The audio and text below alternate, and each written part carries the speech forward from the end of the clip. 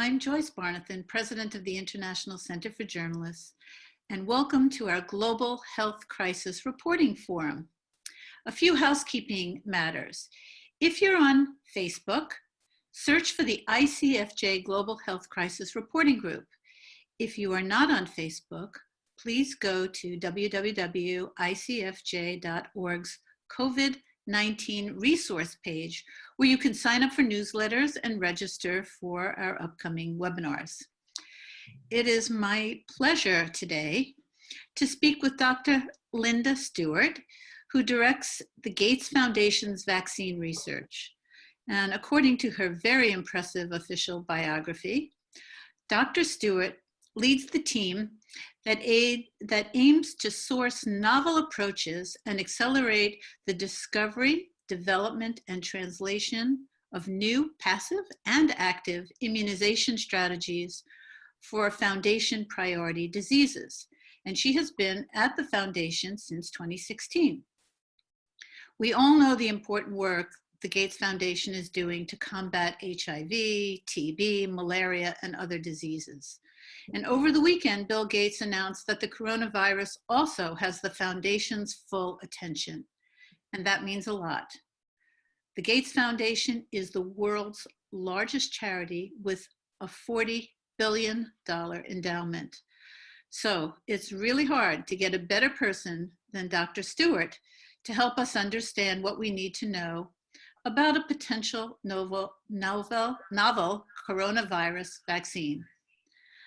Dr. Stuart, some 2,800 journalists have signed up for our forum, and I hope many are listening today as you help us understand in simple terms the complexities of developing a vaccine. Journalists listening now, please type your questions in the Zoom chat on the icon below, and I will do my best to ask your questions. And those of you on Facebook can write their questions below the video post. I have already incorporated questions that have been sent in advance from all corners of the world. So thank you for sending in those questions. And finally, this webinar will be recorded, and you can find it on ICFJ's YouTube channel. So let's get started. Dr. Stuart. We all know that scientists all around the world are pulling out the stops to produce a vaccine for this contagious killer. First, can you give us some idea of the global vaccine landscape right now? I hear that there are at least 80 labs working on it. Is that about the right number? So thank you, Joyce, for both the opportunity to join you here today and to answer any of these questions. I hope if I get too technical, I've asked Joyce to pull me back and make sure I'm speaking in terms that everybody can understand. So, so the question around what is the global vaccine landscape?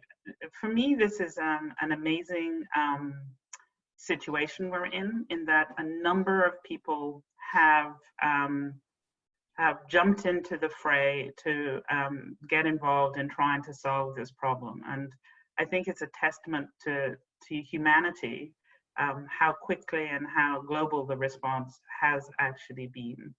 So as we look across the global landscape, there's probably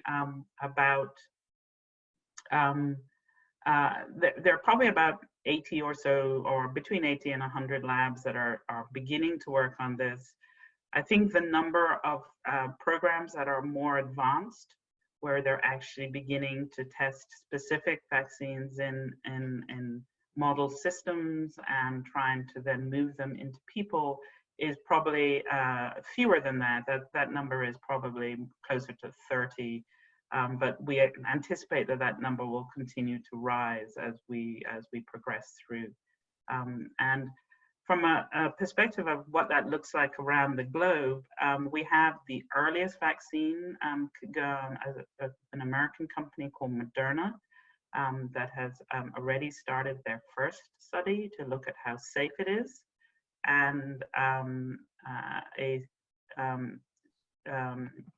the other vaccines include vaccines in Germany, in England. They started a study today, this week or last week. There's studies ongoing now in China. So we normally, to get to this point, would take us a couple of years. So the fact that we're here in a couple of months is, I think, an important thing to know. Yeah, that's it. We'll get to timing in a moment, but just, is this a chaotic process where we've got just everybody diving in and trying to come up with a vaccine, or is there some sort of coordination among these 80 labs or even 30 labs? I think so. As with everything, things start off maybe a little bit more organic and then come into focus in a more orchestrated way.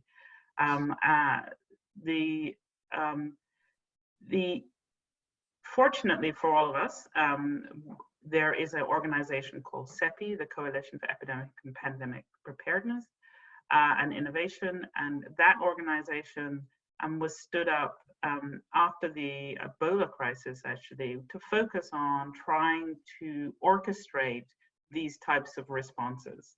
So I was involved somewhat in the involved in the Ebola vaccine responses, and these were really, there was no central organizing body that was actually getting the work done. So after that chaos, I think there was a decision made that we needed to be a bit better prepared, and CEPI was stood up. They worked closely with the World Health Organization, WHO, and they've really taken the lead in bringing together the key partners, a lot of the companies and so on working on vaccines and enabling them. So I think more and more focus and work will go through CEPI, and I think that will allow a much more coordinated effort to happen. CEPI is CEPI, correct? And where is it located? And is it a good source for journalists now? So CEPI has actually got multiple locations. It's got an office, I think, in Norway, but it's actually the main office is in London. Actually, it sits in the Wellcome Trust building in London. Or one of the main offices is in London, I should say, not the main office. But they have a global reach, so they're working with vaccine companies all around the world in their portfolio. Let me get to the question of your perspective, being an expert in this field, about which labs are coming up with the most successful or promising, I should say, vaccine trials, and where is the foundation when you placing your bets? Where are you investing now? I think that's an interesting question. I'm not gonna say that I have a preference of one or over the other, but I will maybe explain what I think is an important way of looking at this question. So I think there are two problems that we face with vaccines for COVID-19. The first is, clearly we would all like a vaccine very quickly, and so there is a question of speed. But the second question is this question of volume. And some vaccine approaches are very quick, and some vaccine approaches are able to get to the billion dose scale. And so I think it's important for us to bet on both types of vaccine and to make sure we bring them both forward, because at the end of the day, if we get a vaccine that's very fast, but we only can give it to 10 people, that's not going to help us. And if we get a vaccine that we can give to millions of people, but it takes us 10 years, that's also not the right solution. So we actually have a portfolio view on that. And the foundation has historically supported platforms, vaccine platforms, so different vaccine types that live in both of those categories, and that's kind of what we're driving forward in parallel. That's very interesting. Speed and volume. there are a lot of different approaches. And, when I look at, I'm clearly not a vaccine expert, but there are live vaccines, there are antibody vaccines. There's this whole menu of their synthetic vaccines. How do we journalists sort this out, number one? And number two, let's talk a little bit about safety. Are any of them safer than the others? So first of all, the different types of vaccines. So a vaccine in this case is trying to tell the person who gets vaccinated immune response how it should behave when it sees the infection, and if it's sort of an education system for the immune for the vaccinee's immune response. And you can do that in a couple of ways. You can, when you vaccinate somebody, you can give them a small kind of version of the virus that is less virulent, so you can call that a live attenuated virus. You can take parts of the virus and kind of try and preserve them. That's an inactivated virus. Or you can take small parts of the virus, or protein parts of the virus, and either give them to people or put them into a vector that will make that protein inside the person who's responding. So those different approaches all require a pretty good understanding of the virus. And fortunately for us, China was very prompt in releasing the viral sequence. And that allowed us to actually start making vaccines that were more targeted to specific parts of the virus. So we have all of those different types of vaccines in the portfolio. The simplest ones are where you just take a single protein and give it to somebody, and then next time they see that protein in the context of the infection, they will know that it's something they should respond to and get rid of the infection. The most sophisticated of these vaccine types is one called messenger RNA. So these are the ones that are very fast. And what you do in that situation is you take that genetic sequence from that sequence that was published in China, and all you do is encode that into a message that you inject into somebody, and then they make that protein themselves. You don't need the virus at all in that situation, and there's no protein. So those are the ones that are very fast. So how you sift through all of those as far as safety is concerned. So first of all, I will just say that all vaccines that is our number one concern when we're making a vaccine, is that it is safe. And the first sets of studies are always looking at safety. So all of these approaches wouldn't go forward if we didn't think they were safe, at least in small groups of people.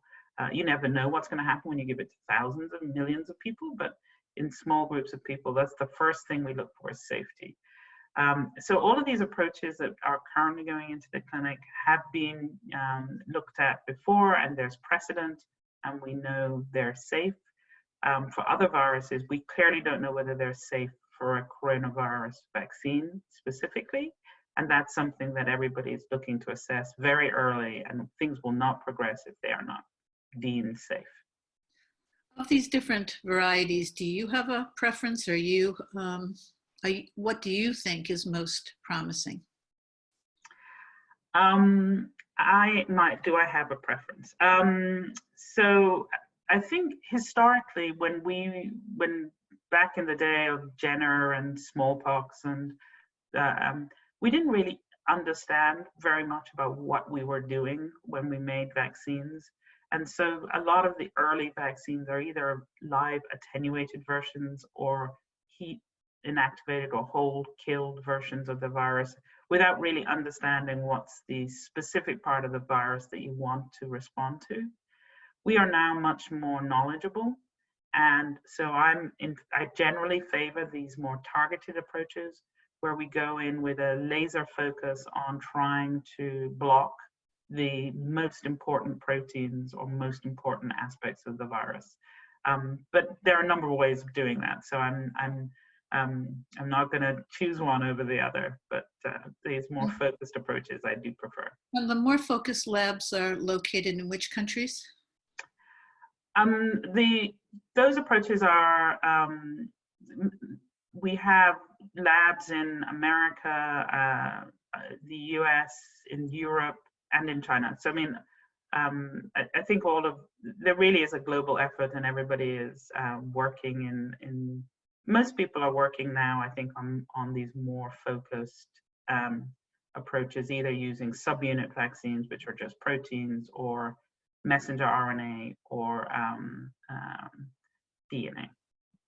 I've gotten questions this morning about are there any labs in the global South that are also involved, particularly Africa, which has had to deal with pandemics before. Are there labs that you're also working with on vaccines there, or is that more for distribution and production?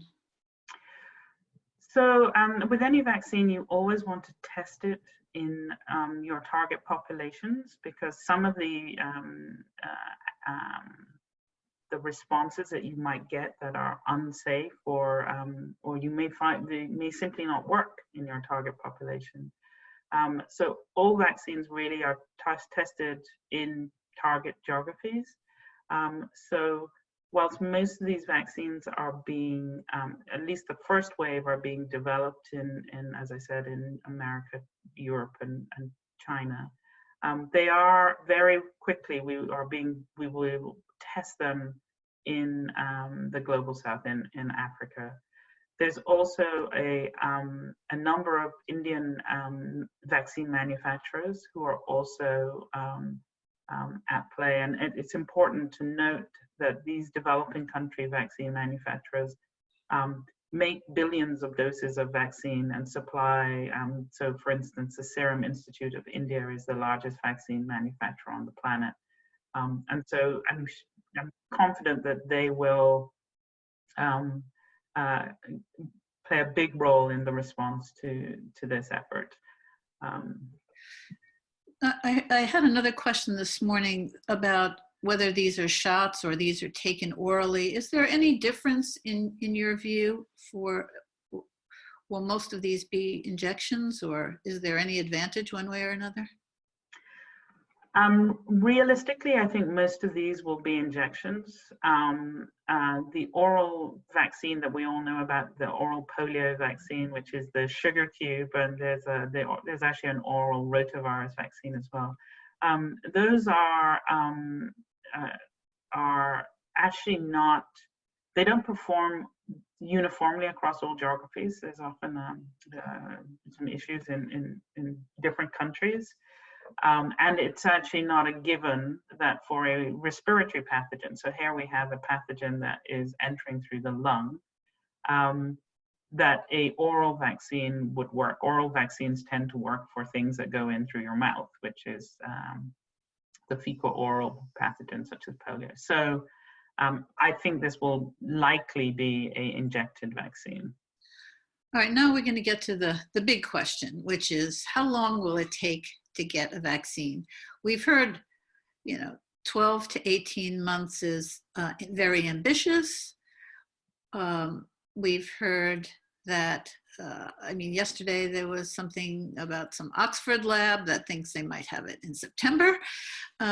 So I'm curious, first of all, what is a reasonable time frame that we should think about? And secondly, does the new technological advances, which you've been talking about, enable us to compress the time it takes to develop a vaccine now? Yeah. So that's the billion-dollar question.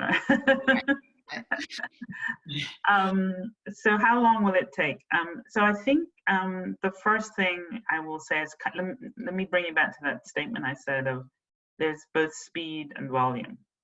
So how long it will take us to get the first vaccine is very different from how long will it take us to get a vaccine that we can deploy to the 7 billion people on the planet. And you know, when this whole thing started emerging in China, I made the comment at a leadership meeting that we needed 2 billion doses. Well, we need 1.3 billion doses to protect China alone. And that, I think that was when the penny dropped for everybody, that we were in an unprecedented scale situation. So I'll answer the question of how fast is the fastest we might get a vaccine versus how fast is the fastest we will deploy it worldwide. Right. Okay. So how fast is the fastest we might get a vaccine? So the things you need to do, first of all, is you need to make it. You need to make sure it's safe. You need to make sure that it does train the immune response in the ways that I've kind of referred to. And then that new immune response is actually able to protect you from getting infected. So that last part of that, which is called a phase 3 study, is actually is very difficult to do. You need to have enough people getting infected. You need to, and sometimes depending on how common the infection is, these can be, you know, thousands of people that have to go into study before you can get a signal. So it's very hard to know how long that will take. That whole process normally takes, to even begin the process normally takes a year or a year and a half, because you have to manufacture the vaccine and so on. And then those studies can take a year to 2 years. So that's why it takes so long. I was told that the fastest ever produced for a vaccine was mumps, and that took 4 years. Is that right? To go through the whole process, yes, that is. So, but we're doing a couple of things differently this time. So just to give everybody hope. Yeah, please do. Yeah. So first of all, I said that it would take, normally it takes about a year just to make things to go into the trial. We are using these novel technologies. We can shorten that from, you know, the first trial I think safety trial started in March or April. So that's 2 or 3 months rather than a year. So we're starting them for really fast. We are looking at novel trial designs to see if we can get the signal that shows that they work quicker. And then we are also looking to do what we call at-risk manufacturing scale-up. So we know that once a vaccine works, we normally then have to build the factory that makes the vaccine.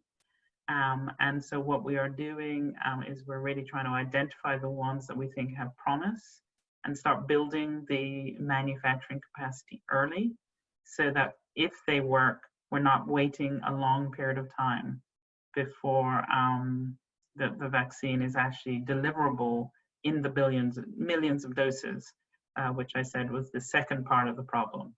So, so do I understand you correctly that the manufacturing will go on, will start taking place or getting set up simultaneously with the testing? Yes. So we will not wait until we know it works before we start building the factories and making the large number of doses. We will start doing that part of the problem, working on that part of the problem in parallel to the trials that show it works. And that is probably the most significant time saver that we will make here. And when what phase is that? When is that the manufacturing start ramping up? Is that if the testing has already begun in March or April, what's the time frame for setting up the manufacturing? So we are starting to make those decisions for some of the vaccines, you know, as we speak, right? So we're starting to look at them and say, okay, how long would it take you to be able to make 100,000, a million, or a billion doses, and working out then when do we need to start scaling up the manufacturing of those. So we're a bit already beginning to look at that, preparing and hoping for success. And would the manufacturing also be a global, India, China, US, Europe? Would it be, what's the thinking? So I think where we make the vaccines, some of the vaccines are very easy to make, and you can make them in many different places. And in that case, I think we will try and get a global manufacturing footprint as soon as possible. Some of them are very specialized, and they really can only be made in in very specific facilities.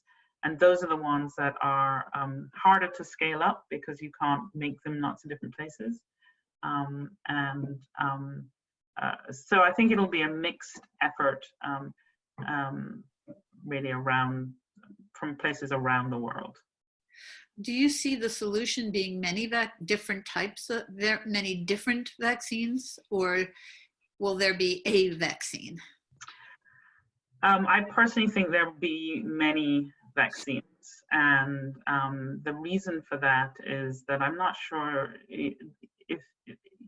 if we want to try and I do think it's important, right? If we want to protect as many people as possible, no vaccine is delivered at that scale. No individual vaccine is delivered at that scale. So I expect it will take multiple vaccines from multiple companies to come forward, and probably between, somewhere between 2 and 5 different vaccines will be required to get enough doses to enough people.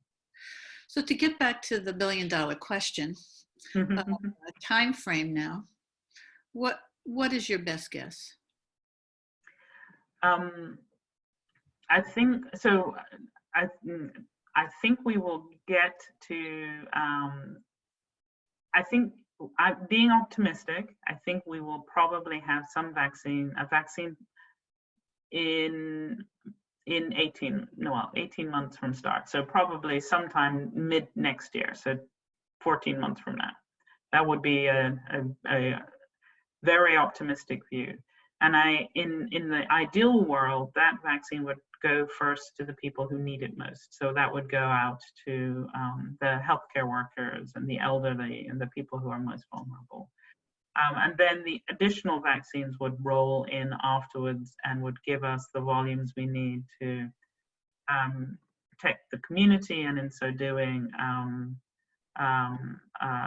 interrupt transmission and sort of stop the pandemic from progressing. But those could be, a good year afterwards before we start getting that sort of volume. But that's the manufacturing issue part? Yeah.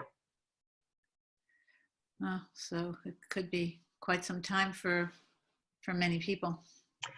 I think if you think about the importance of protecting the most vulnerable, that could be sooner than and I think we will be able to return to some level of normalcy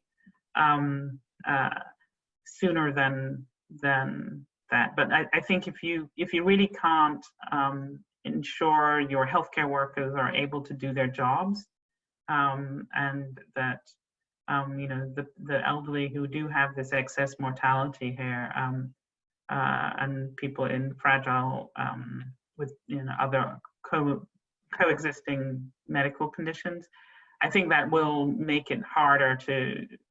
So once we've done that, that's a very big thing, I think, and I think that will change the equation very significantly. Yeah, great. What about a price for a vaccine? Will everybody be able to afford it?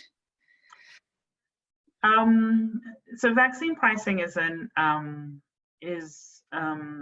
one of those sort of ongoing global issues. Is the value of a vaccine is if it protects a life, it's almost hard to know how much you should pay for that. I mean, it's almost so valuable that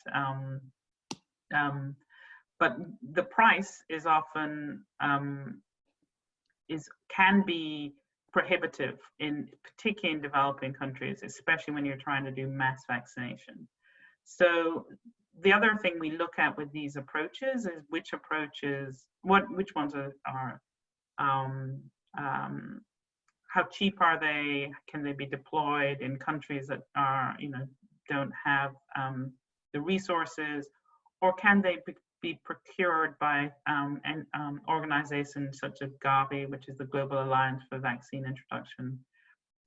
So for really poor countries, they will probably most likely procure the vaccine, and it will get supplied to everyone. So at this point, I think the vaccine needs to be somewhere between $1 and $10 to $15 a dose. And if we get to that point, we will most likely be able to get it to everybody who needs it. That's pretty reasonable. Do you anticipate problems from the anti-vaccine movement? We have a hard time in this country getting people to take their flu shots in some cases, not to mention give the kids vaccinations for measles. I'm curious about how you think about that, and whether you think this will be politicized or manipulated through disinformation. I think we're already, there already would be concerns that there's disinformation around many aspects of COVID-19. So I'm sure this part will have similar problems. So, but vaccine hesitancy is something that we see a lot of, and it's growing and it's concerning.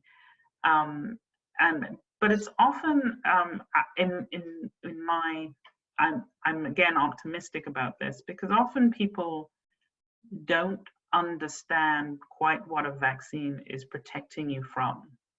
If you have children who've died of measles, or you've seen people with polio, or you've had members of your family with meningitis, your view of the value of a vaccine and the risk benefits is very different.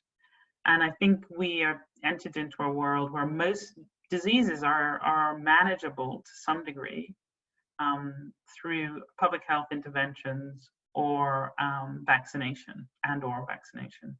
And I think what we have here is an example where we're suddenly faced with something that we can't ultimately control unless we have a vaccine.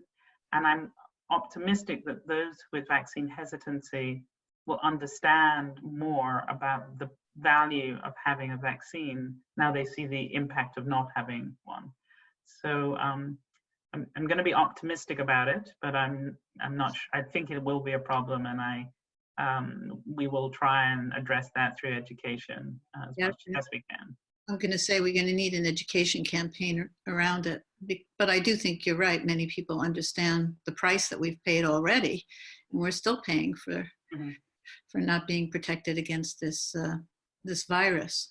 In the past, big pharma worldwide didn't invest much in vaccines, despite their outsized importance in public health. And are there greater incentives now to invest? Is this going to change the scientific landscape at all?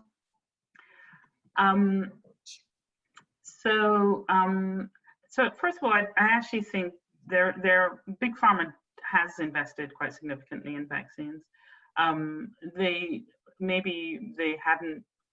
They've underinvested in vaccines that impact low and middle income countries, so malaria or TB and so on. But there is a very robust vaccine industry around flu or pneumococcal vaccine or so on. So there is vaccine investments. It's clearly not as well capitalized as stuff around oncology, that's for sure. But there are vaccine companies that are out there. And I think they play a really important role in what we are trying to do here. So making a vaccine is technically extremely difficult. It isn't something that, you know, any old person can do in their backyard. There's a lot of parts that need to happen. And then once you've made it, manufacturing it at that scale and then distributing it to people is an extremely complex process. And really, actually, the multinational drug companies and the developing country manufacturers together are the only people who can get us probably to that scale that we need. So I do think big pharma has to be kind of part of the solution. And actually, I think it is very encouraging that I think almost all of the multinationals are somehow, either through vaccines or antibodies or drugs, are all working together to try and build the tool sets that we need to get this done. So I do think that the big pharma are going to be a vital part of getting us the solution we need.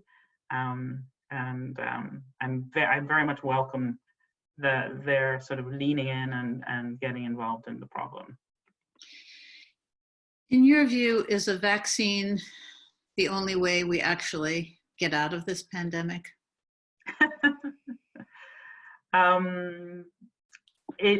I think, so I clearly work on vaccines, so I'm going to be wearing the vaccine t-shirt. Right. I think there are other ways we could get out of this pandemic, but they are not attractive to me because they will mean that people's lives are lost. You know, social distancing works in certain geographies, and is really, I think, it's amazing that we've done what we've done to slow the spread. But the idea of social distancing in a city parts of the States is difficult. But can you imagine trying to do it in somewhere like Delhi? So I think this is not a global solution, and I think from we need to think about solutions that will help impact, you know, are deployable to everybody. So so social distancing does something, and then treatment and management of disease does something. But again, that is predicated on having a robust healthcare system, oxygen, intensive care, and access to supportive therapy. So again, the solutions for certain geographies, you know, the global north, we may be able to get somewhere without a vaccine, but for the planet to return to normalcy, we need a vaccine. And we're so globally connected that if it's roaring away somewhere on some corner of the planet and we haven't controlled it, it will very rapidly spread again. So I do think vaccine will be key to finding the solution to this. I have a bunch of other questions that came in. You should see this list. But I wanted to ask you about, let's see, there was a question about US and China and the friction that's going on now. Is that hampering coordination between scientists in China and US to coordinate and to come up with, to share information and share research? You know, I don't want to comment on the political friction between the US and China. I think it's unfortunate in these difficult times. And what I would say is that the global scientific community has been quite remarkably collaborative in my view. As I mentioned earlier in our discussion, I believe the virus was identified on the 8th of January and the sequence was released by China on the 10th. And that enabled everybody on the planet to have the information they needed to start making a vaccine. And that sort of collaboration and sharing has, as best we can, continued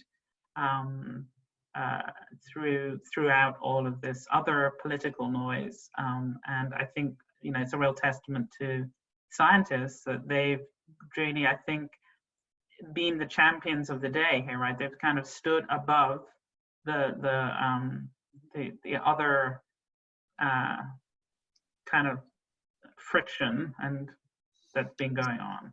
Yeah, well, that's good to know that they're collaborating and staying away from the political friction as much as they can. I have a question here from Mary Jeniskins, who asks, do you expect COVID-19 will mutate such that vaccines will have to be continually reformulated in order to remain effective? Will we need to be revaccinated regularly? That's a really great question. Many viruses mutate, and they do that because they're kind of, as our immune system changes, they change with us, and they are kind of constantly, or we're kind of chasing each other around, like the Red Queen in Alice in Wonderland. But some viruses can do this much faster than others. And as an example, HIV is very rapidly mutates, even within an individual. It changes enormously just during one infection cycle.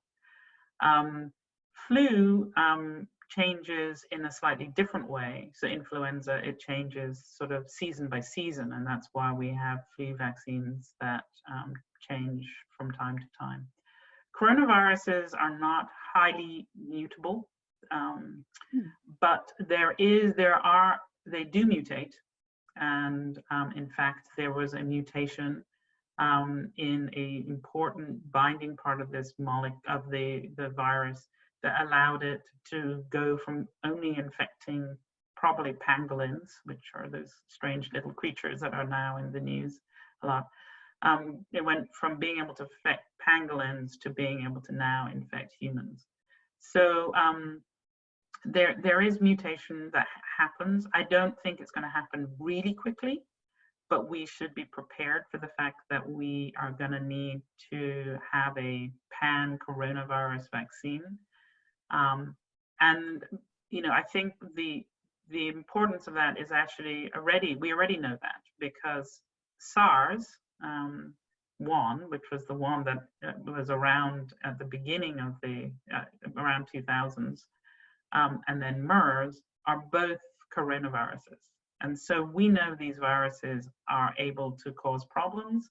And so if it's not coronavirus 19 mutating, there may be a new coronavirus that will appear from wherever they appear from down the road. So I think ultimately we will be looking for a pan-coronavirus vaccine, but I think the COVID-19 vaccine will hopefully be good enough to control the pandemic and allow us to then deal with the pan-coronavirus vaccines down the line. But I do think we will need one. There's a question here from Brazil, Roberto Alfredo de Mendoza, who says, should governments wait until a vaccine is developed to lift the lockdown and their quarantine measures? And if not, what's the right time frame? I think that is a very difficult question to answer. So different countries will have to do this in different ways and manage this differently. The economic impact of the severe lockdowns we're seeing are not manageable for many economies and for many countries for the next 18 months. I think there will need to be for those countries that do open up, there's going to need to be social distancing to stop the spread and to stop the overwhelming the healthcare systems, because it is pretty clear that when a healthcare system gets overwhelmed, then the mortality rate goes up. I think it's going to be a different solution for different countries, but I do think trying to maintain some sort of control so that the healthcare systems are able to function is the critical sort of parameter for how you control. There's a question on testing and whether there are ethical concerns regarding testing for coronavirus. I'm not sure I'm the right person to answer that question. And I'm actually, I'm not even sure I understand why there'd be ethical concerns, but I'm not the right person to answer that question. Okay. And I guess there are people asking which countries would be considered. I have a question here from Pamela Mwanda, who's from Uganda, who says, when it comes to testing in Africa, are there countries that will be considered for testing, or will testing take place on the entire continent? So I think when you say that, you're talking about evaluating the vaccine's efficacy. So this is actually, I kind of came back to this before. Doing vaccine trials during an epidemic or pandemic is actually terribly difficult for a couple of reasons. So it's extremely difficult to do a trial anywhere when the healthcare system is overwhelmed. So even in New York at this point in time, it would be hard to actually have a coordinated enough, it's even hard there to coordinate to do a vaccine trial. So you can imagine in an overwhelmed healthcare system in sub-Saharan Africa, that might be difficult. But all that aside, what we are also in a situation with pandemics and epidemics is that they wax and wane. And so to trial your vaccine, you need to be in a point of the epidemic or pandemic where there's active disease going on. And you can imagine, just think about China. So China actually developed a number of vaccines that are now in phase 1 clinical trial, but there are now no new cases in China. So they wouldn't be able to do an efficacy study in China, or not no new cases, but very few. It would be very difficult for them to do an efficacy study. So I think the efficacy studies here are actually going to be very hard, and we're probably going to have to chase the pandemic or epidemic to hotspots to be able to trial the vaccine. So, and I think, the pragmatic idea there is to set up a number of sites that could do it.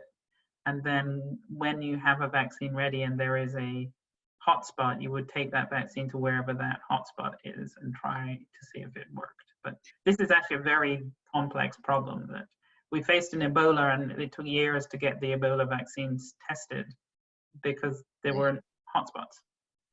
Are we testing it in New York now? I'm a New Yorker, so I'm asking. I would think that the healthcare system isn't as overwhelmed as it was a month ago. No, thankfully.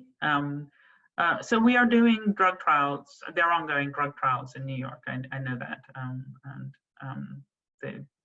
So I think that, and the efficacy studies are not started yet, right? So I see. I have a question also from Roberto, who says, do you think that if we don't reach a good global vaccination rate, another outbreak could happen? And is there a rate that we have to, a percentage of the population that has to be vaccinated for us to feel that this is not going to be a repeat performance? There is. So this is something that epidemiologists can model somewhat. These are the people who study the spread of the disease. And it's dependent on this number R0, which some of you may have read about in the news. And R0 is how many, if you have an infected person, how many other people does that one person infect? So if the R0 is 10, it's highly, highly infectious. And if the R0 is that one person infects 2 other people. And so for viruses or that have high R0s, like measles, you need to get 98, 99% of the population immune to stop the spread of the virus. But things where the R0 is sort of middling, and I think we're in a sort of middling R0, so R0 somewhere between 2 and 5, depending on where you are. Then you need probably 60 or 70% of the population to be immune before it will. And once you're at that level, it will just naturally die out. Transmission won't be maintainable. So we probably are going to need to get immunity up either through natural immunity or through vaccination to those sorts of levels to interrupt transmission and to bring it under control. Thank you. I mentioned earlier that Oxford said that if their tests are successful, they can launch a vaccine in September. And I guess I'm asking you this from a journalist perspective. Is it responsible to be covering this type of information, given the fact that you said chances are it won't be for another 14 months that we're in the optimistic world that we're going to get something for healthcare workers? So how do we parse this kind of information from Oxford? So the group at Oxford has a very aggressive plan in place, and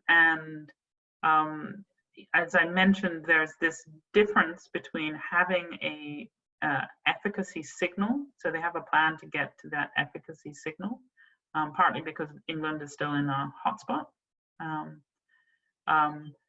What we don't know is whether they will, because if the infection dies out in England and moves to somewhere else, they may not. It may be much harder to get that readout. But also, once they have it, whether they will be able to make enough doses for just the UK or for Europe, or that manufacturing of it remains unknown. And so, getting the vaccine and then getting it to people are subtly different but important differences.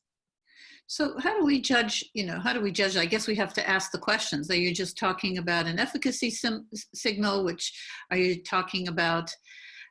Is your testing completed and tested on everybody? Is it safe? And do you have the manufacturing capabilities to get this out to the public? Are those the type of follow-up questions you would ask? Yeah, I think those are good questions to ask. Yeah.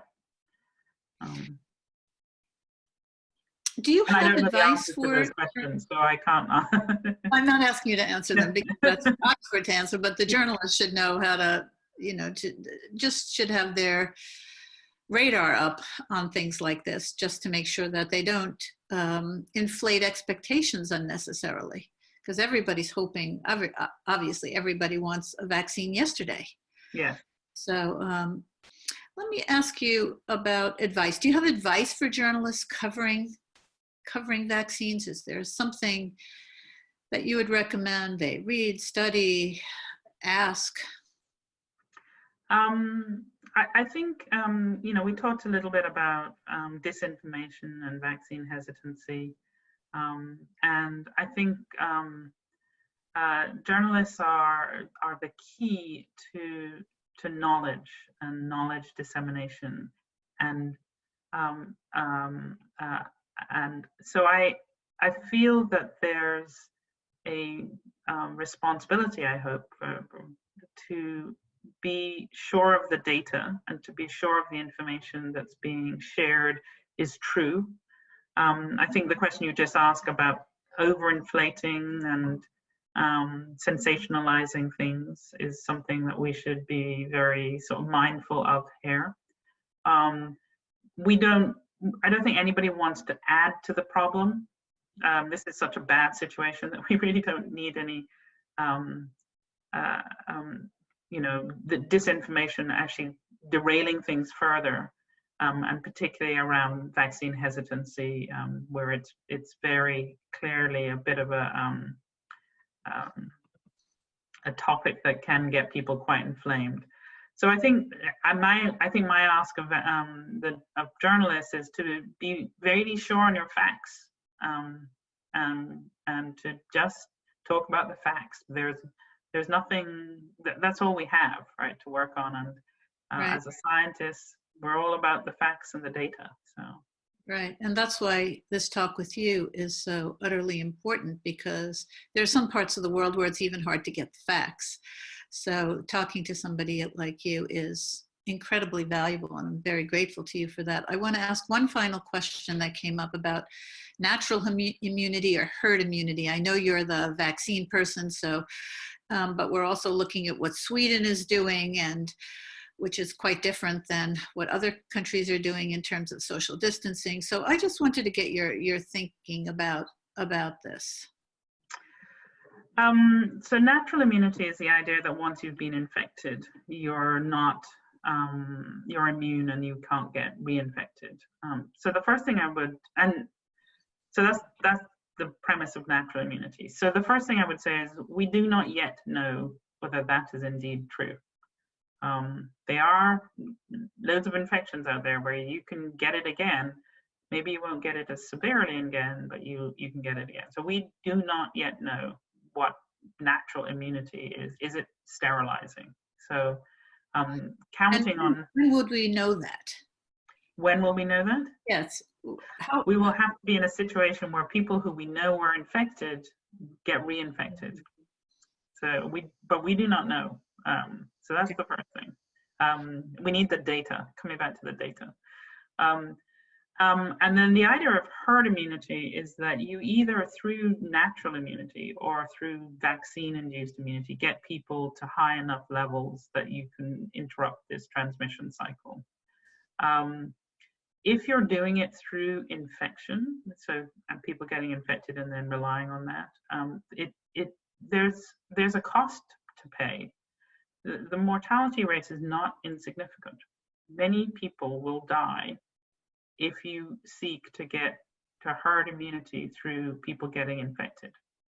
And if you think of the numbers in the US, I think it's, say there's 300 million people in the US, you need to get 70% infection. That would mean you'd need 200 million people infected.